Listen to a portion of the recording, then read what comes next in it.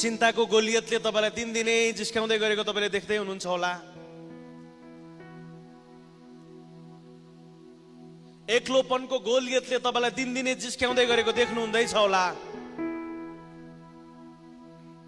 मलाई थाहा छैन कस्तो खालको समस्याले अहिले तपाईलाई जिस्काउँदैछ। बारम्बार तपाईँ मेहनत गर्नुहुन्छ, तपाईँ सक्सेस हुनु हुँदैन।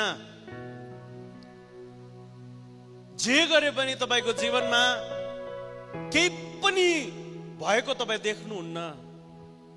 मलाई थाहा छैन तपाईको जिन्दगीमा कस्तो खालको गोलियत छ, तर साउलले जस्तै नि हामी मानिसको सहारा लिएर त्यो गोलियतलाई लडाउनु सक्दैनौँ। त्यो तपाईले देख्दै गरेको गोलियतलाई नि संसारको सेनाले, संसारको नियमले, संसारको कानुनले, संसारको योद्धाहरूले त्यो गोलियतलाई लडाउनु सक्दैन। साउलको डिसिजनले गोलियत लड्दैन, साउलको सेनाको डिसिजनले गोलियत लडेन।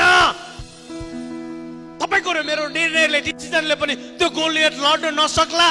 तर दाउदले गरे जस्तै मसँग न त भाला छ, न त मसँग तरवार छ, परमप्रभु परमेश्वरले नै यो गोलियतलाई लडाउनुहुन्छ।